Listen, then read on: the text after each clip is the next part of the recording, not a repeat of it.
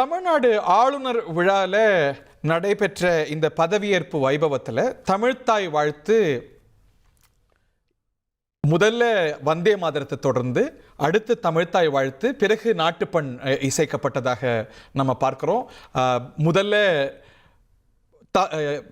முதல்ல வந்தே மாதரம் பாடல் மீண்டும் பாடப்பட்டிருக்கிறது. ஏற்கனவே பதவியேற்பு விழாவில் இந்த வரிசையில் பாடப்பட்டது பெரிய விவாத பொருளை ஏற்படுத்திய நிலையில் மீண்டும் வந்தே மாதரம் பாடல் முதலிடம் பெற்றிருக்கிறது. கடந்த முறையே மார்க்சிஸ்ட் கம்யூனிஸ்ட் கட்சி, இந்திய கம்யூனிஸ்ட் கட்சி உள்ளிட்ட கட்சிகள் இந்த ஆர்டருக்கு, இந்த வரிசைக்கு விமர்சனம் தெரிவித்திருந்த நிலையில் வந்தே மாதரம் பாடல் மீண்டும் முதல்ல பாடப்பட்டிருக்கிறத பார்க்கின்றோம். திரு ஹிதாயத்துல்லா, உங்களுடைய வியூ பற்றி.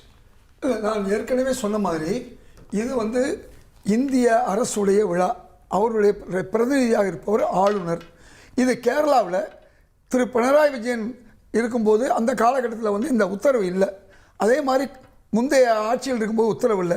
சமீபத்தில் ஒன்றிய அரசு இந்த உத்தரவை போட்டிருக்கனால வந்தே மாதரம் பாடல் ஒரு பகுதி தான் இருக்கும். எப்போவுமே காங்கிரஸ் ஆட்சியில் இருக்கும் பொழுது இங்கே முழுமையாக வந்திருக்கு. வந்தே மாதரத்தில் சில விமர்சனங்கள் இருக்குது. இது சில மதங்களுக்கு விரோதமாக இருக்குன்னு சொல்லி, இருந்தாலும் இன்றைய ஒன்றிய விரோதமாக இருக்கான்னு சொல்ல முடியாது. ஒரு மத வழிபாட்டை குறிக்குதா அப்படிங்கிற கேள்வி. அது எல்லாரும் அதை பாட முடியாது. உங்களுக்கு ஜனகணமன எல்லாரும் பாடுறோம். அதே மாதிரி தமிழ்த்தாய் வாழ்த்தை நம்ம எல்லாரும் பாட முடியும். ஆனால் இதை எல்லாரும் பாடக்கூடிய ஒரு சூழலில் இல்லை. ஆனால் இன்றைய ஒன்றிய அரசு பொதுவாக உங்களுக்கு அதை ஒரு தரப்பை திருப்திப்படுத்தக்கூடிய சொல்ல வச்சுருக்காங்கிறனால தான் இன்றைக்கி கம்யூனிஸ்ட் கட்சிகளும் மற்றவங்களும் எதுக்குறாங்க. ஆனால் முன்பின் என்பது விஷயத்தில் நாம் தமிழ்த்தாய் வாழ்த்து இறுதியாக வந்ததுனால நாம் அதை பெரிதிப்படுத்த வேண்டிய அவசியம் இல்லை. நான் ஏற்கனவே சொன்ன போது இறுதி பேருரைன்னு சொன்னால் அது விவிஐபி தான் நிகழ்த்துவாங்க. ஏன் தமிழ் மற்றவர்கள்லாம் தாங்கி நிற்குது நாம் நினச்சி கொள்ளக்கூடாது.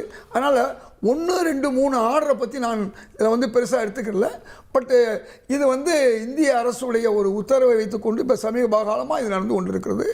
அதனால் தமிழ்நாட்டை பொறுத்தவரை தமிழ் மக்கள் அது பெரும்பாலும் விரும்பாது நமக்கு தெரிஞ்ச விஷயம்தான். இதனுடைய பொலிட்டிக்கல் கவர்மெண்ட்டுக்கு ஒரு சே இருக்கா அப்படிங்கிற கேள்வியும் எழுந்திருக்கு. ஏனென்றால் ஏற்கனவே குறிப்பிட்டு சொன்னது போல இது இந்திய அரசுடைய லட்சணை தாங்கிய மேடையாத்தான் அமைந்திருக்கிறது. இது தமிழ்நாட்டு அரசுடைய அமைச்சர்களுடைய பதவியேற்பு வைபவம் என்றாலும் கூட நீங்க பார்க்கலாம், இது ஆளுநர் மாளிகையில் நடைபெறுவதனால இந்திய அரசுடைய லட்சணை தான் பிரதானமாக இருக்கிறது.